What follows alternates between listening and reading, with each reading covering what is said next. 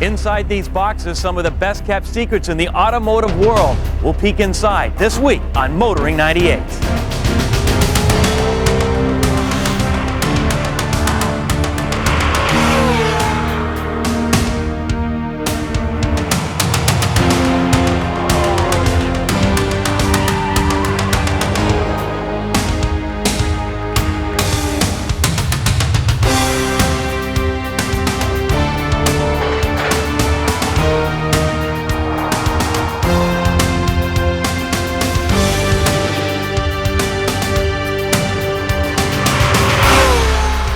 TSN's Motoring 98 is brought to you by Quaker State. The big Q stands for quality, always has, always will, and Midas for new, longer-lasting, performance friction carbon metallic brake pads. You know, when we look back in the 90s, we'll remember it as a time when us human beings finally took this earth seriously and treated it with a little tender, loving care. Words like recycling became buzzwords, even in the automotive business. Well, this week, we're going to introduce you to a brand new buzzword.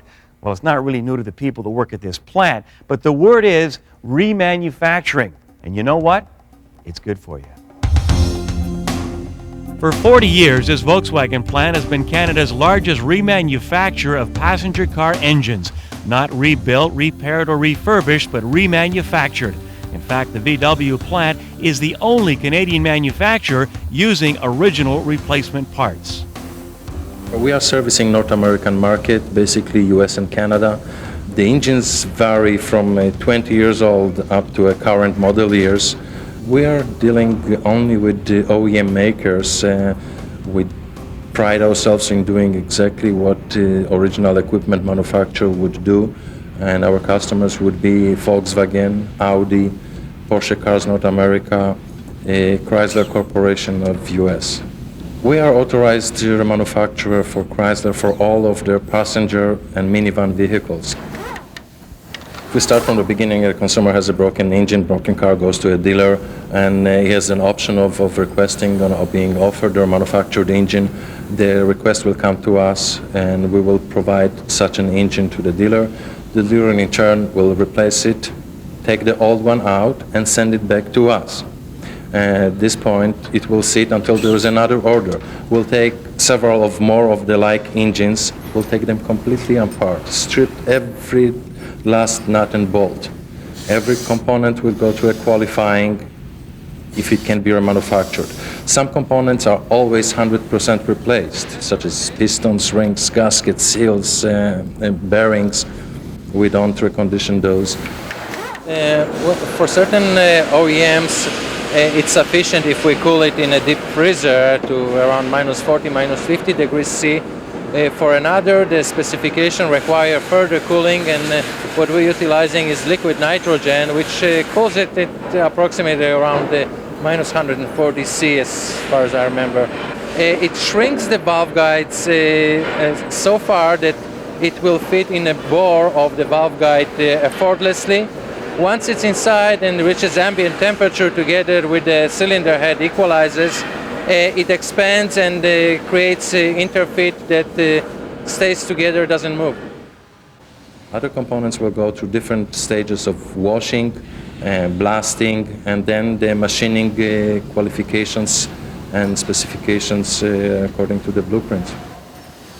We're looking at a device that we designed and built in our factory that polishes all the journals on a crankshaft, both the main and connecting rod, simultaneously all at once, and to the super fine finish that is required for the engine. If my broken engine comes in here, does it get rebuilt and the same engine sent back? You will receive the same part number, the same application for your vehicle, but it won't be the same engine with the same serial number matching the frame or the VIN number on your windshield. But we will give you the same part number from an older engine or different engine, different consumer. We will issue a new serial number in the form of a sticker for identification purposes, for warranty tracking, for service tracking, and that will be the new identity with some kind of old serial number on a block won't have any meaning anymore. On average, the consumer can save around 40% of the cost of a new. The engineering of the engine wasn't the factor that brought most of the engine. It's more of a maintenance of personal driving habits, checking the oil and temperature, abuse of the engine itself that will bring it mostly to our factory. Car safety, is it really in the bag? That's coming up later on Kenzie's Corner.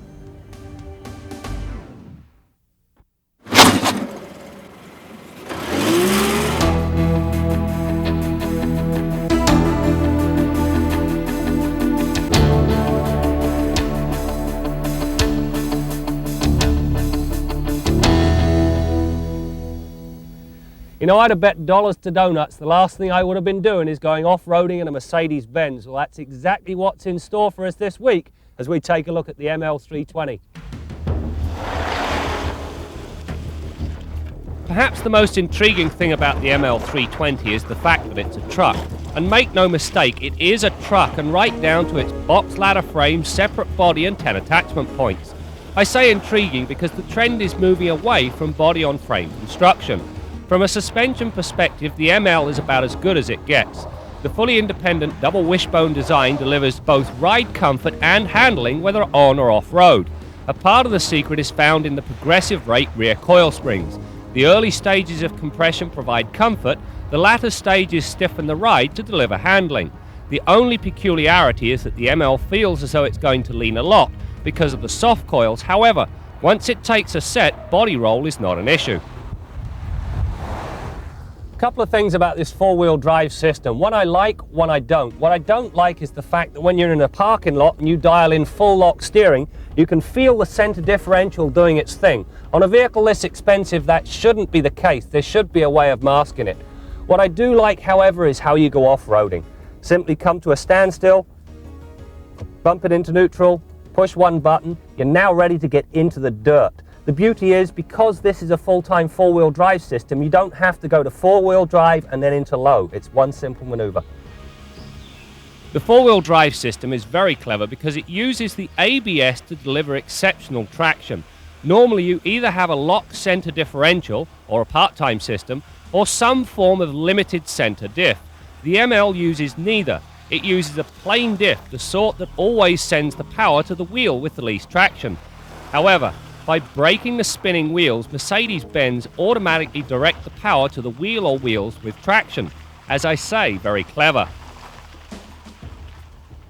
Utility and a split folding rear seat is an integral part of the SUV equation. Unfortunately, on this ML320, this is where things went a little awry. Beyond folding the seat flat, you need an engineering degree to go any further. Trust me, the fun really does start here. To get this seat from this position to that position, you first of all slide it forward, then pull the lever the other way, and now it's all flat. The problem is, though, now, these things are not very strong. Everything down here is going to go walkies like you wouldn't believe. It's just not been very well thought through. Climb into the ML320 and you find nothing but Mercedes-Benz, meaning quality throughout, just enough wood to add warmth, and everything, with two exceptions, is in the right place. The two exceptions? The cruise control is so Mickey Mouse it's laughable. The other thing is the trip computer. Putting the trip computer above the rear view mirror makes absolutely no sense whatsoever. Having to look up there to find out what your average fuel economy is doesn't make sense. It needs to be relocated down onto the dash. Power comes from a really perky 3.2-litre V6 that is married to a 5-speed adaptive automatic transmission. Both work really well together. The engine dishes out 215 horse and 233 pounds-feet of torque at 3,000 RPM. Suffice it to say that power is not an issue. What is an issue, however, is the harshness found in the mid to upper rev range. The reason is because the engine is a 90-degree V6. 90-degree Vs work very well for 8 cylinders, but not particularly well for 6s. Even with a balance shaft, this 6 is not as smooth as one expects from Mercedes-Benz. Well, that's it for this edition of Test Drive, and despite what I said, I really do like the ML320. And you know what? Mercedes-Benz couldn't give a hoot what I said anyway, because they're going to sell every one of these they can get. primarily because it really does put the cat amongst the pigeons.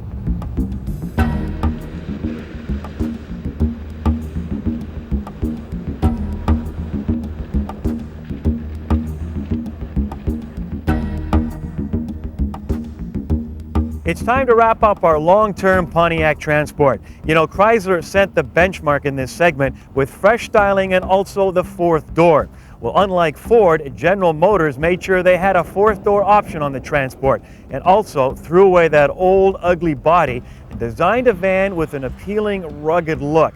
The only carryover from the old model is a 3.4 V6, which gives it more than enough power on the highway. There is very little to complain about with this minivan. My only pet peeve, I know I've mentioned it before, concerns the back bench. This section is too short, but General Motors has extended it by an inch on the 98 model, big improvement. But still, the bench sits too low, too close to the floor, which makes it a little uncomfortable. My solution, go with 4 captain chairs because up front, it's simply first class. Now, the question is, has General Motors caught up with Chrysler in this competitive market? Well, let me put it this way. If you're in the market for a minivan, drive both the GM and the Chrysler back to back. And you know what? It won't be an easy decision. All right, let's now check out those all-important numbers.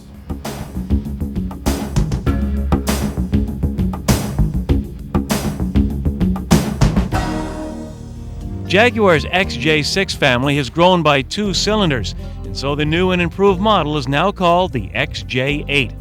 Like the V12, the straight 6 has made room for the V8 that debuted last year in the XK8. We've put numerous additional features into the car, including the integrated telephone. The interior has been restyled. Always a challenge for us because we have a long tradition of craftsmanship, natural materials, and of course the overall style of the car, whilst basically unchanged. There have been some external changes, softer shapes for the bumpers. We now introduce dual effect headlamps, which really does brighten up the outside of the car. And in fact, their performance has also improved, some 10%, using reflector clear lens technology. Well, this really is an out-and-out sports sedan. It is also a very refined sports sedan. It develops 370 horsepower. Its 0 to 60 time is of the order of 5.5 seconds. Which makes it, behoves the question of whether it is one of the fastest sedans in the North American market. We've lowered the age bracket of our buyers quite substantially, and we're seeing a younger person interested in the car.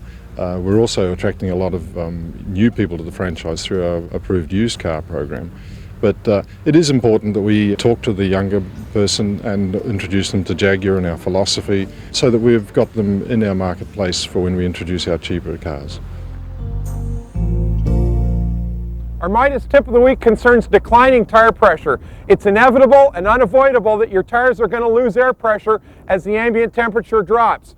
What you should do about that is check and adjust the tire pressure at least monthly. Underinflated tires wear out faster, they hurt your fuel economy, and adversely affect the handling of your car.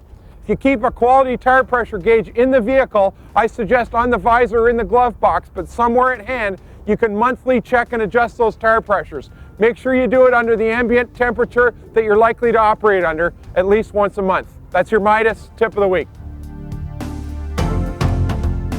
A portion of Motoring 98 is brought to you by the Solder Seal Gunk family of automotive products, makers of Puncture Seal Gold and Liquid Wrench.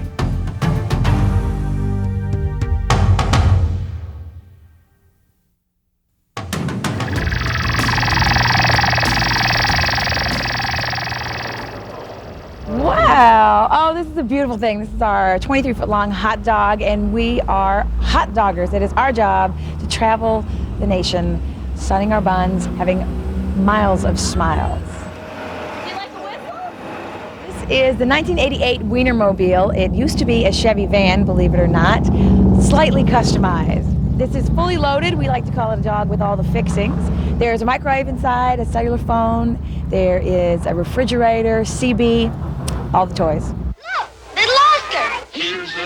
The Wienermobile debuted in 1936 and during the 50s toured the country with the chef Little Oscar at the wheel. Come in, and bring your father. Say, what you making? Sandwiches, real He-Man sandwiches with Oscar Mayer bologna. Oh, meat bologna. No skins on them either. Tastes good, doesn't it? And say, Dad, you go for these in your lunchbox. Boys and girls, for meat that's fun to eat, make sure Mom gets Oscar Mayer all meat bologna. Well, actually, we had to go for a week of training, and it's called Hot Dog High. And yes, it is there that we learn how to drive the Wienermobiles. Most importantly, how to watch our buns. That's the most important thing because they stick out 1.5 feet on each side. We're handing out wiener whistles to every person we see. It's been great. People are pointing and waving. There's a couple that are like, I'm sure I didn't see that. Kind of a mirage, but it's been fantastic. Everybody's been really friendly. They think I'm the top dog. They just couldn't muster up the courage to have this job themselves. Good luck. Thank you. We tried.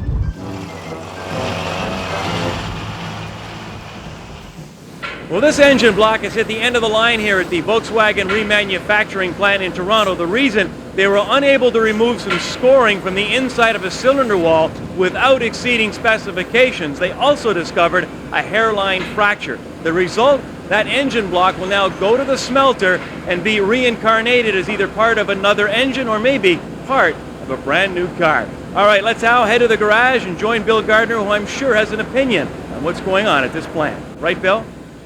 Well, Brad, you know, engine rebuilding may become a booming business in the next few years because with mandatory emission testing either being implemented or on the horizon in many provinces, if you're running around with a car that's consuming oil, running with a burnt valve, or any other major mechanical defect that has that engine down on power and running inefficiently, you're literally going to have to fix it in order to meet those specifications. Now, obviously, looking after the engine in terms of keeping the engine oil clean and full, same for engine coolant. This is going to make sure that your engine lasts the life of the car in many instances. If you neglect those items, well, you may be a candidate for engine rebuilding. Now, filters are also another primary line of defense for your engine.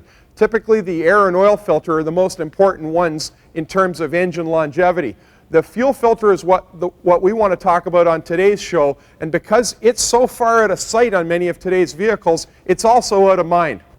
Here's the typical location for the fuel filter on a late model fuel injected car. Underneath the car and typically at the rear, quite often near the gas tank. Now, all the fuel that's delivered from the fuel tank up to the fuel injectors on the car has to pass through the fuel filter, and sometimes more than once.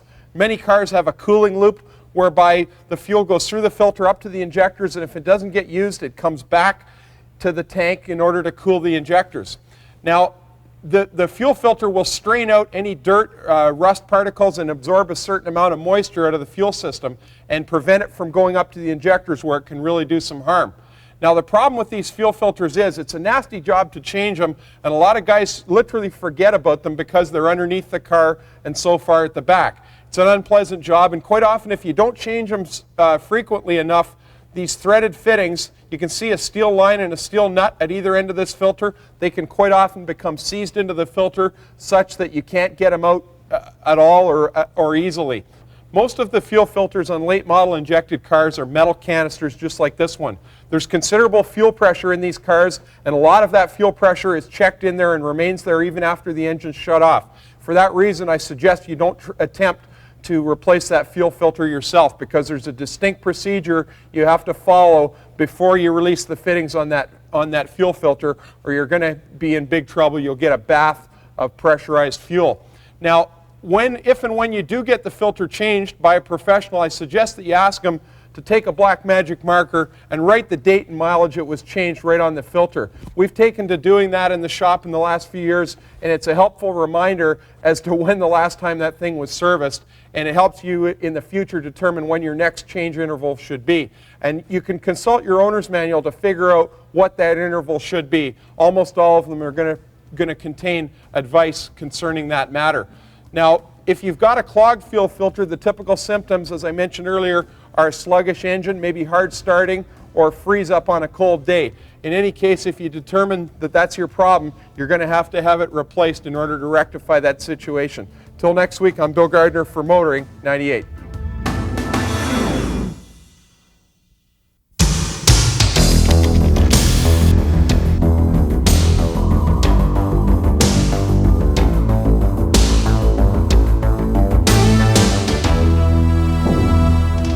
When airbags were first introduced, I wasn't a huge fan, and that's because the people advocating them were looking at them as a replacement for seatbelts. Well, they're not. They're a supplemental safety device. Let me tell you a story of a guy who didn't have an airbag and wishes he did. Bill Adam is a Canadian race driver. He had a huge crash at Sebring. His car hit a concrete abutment at 200 miles an hour. Now, race cars all have twin safety belts over the shoulders, a big wide lap belt, and a fifth belt between the legs, all nailed down as tight as you can possibly get them. And yet the force of this impact caused the belts to stretch enough that Bill's helmet was actually cracked open against the steering wheel. Now, race cars don't have airbags yet, but they're coming, and if Bill had had one, he would have solved himself a lot of problems. But now we have self-anointed safety expert Phil Edmunston congratulating the U.S. government on allowing car makers to introduce a switch to their cars where the consumer can switch off their airbags. Phil. What you don't know about cars fills every book you've ever written. Listen, an airbag is a huge advantage. Yes, there are potential problems for smaller people and kids, but do you know how many people have died of airbag-related injuries in Canada so far? 4. And all of them were not wearing their seatbelts. Kids should be in the back seat. What about pickup trucks? What are you doing driving your kid around in a pickup truck anyway? Now listen, if your car has an airbag, don't switch it off. If it doesn't have an airbag, no big deal. But in either case, don't forget to wear your seatbelt. I'm Jim Kenzie. Okay, here's the situation. Your car breaks down, your mechanic gives you the bad news, your engine is toast, you need a new one. Now you can buy either a brand new one or a remanufactured one at a better price. Well, you choose the better price. But how do you know if you're getting a remanufactured or rebuilt engine that has aftermarket parts or one that contains nothing but OE, original equipment parts, fully backed by the manufacturer? Well, it's easy. Check out the engine block and it should have a yellow sticker showing that it contains nothing but OE parts and it was remanufactured in this plant. It's that simple. That's it for now. We'll see you next week for more stories about cars and the people who drive them. TSN's Motoring 98 has been brought to you by Quaker State. The big Q stands for quality, always has, always will. And Midas for new, longer-lasting performance friction carbon metallic brake pads.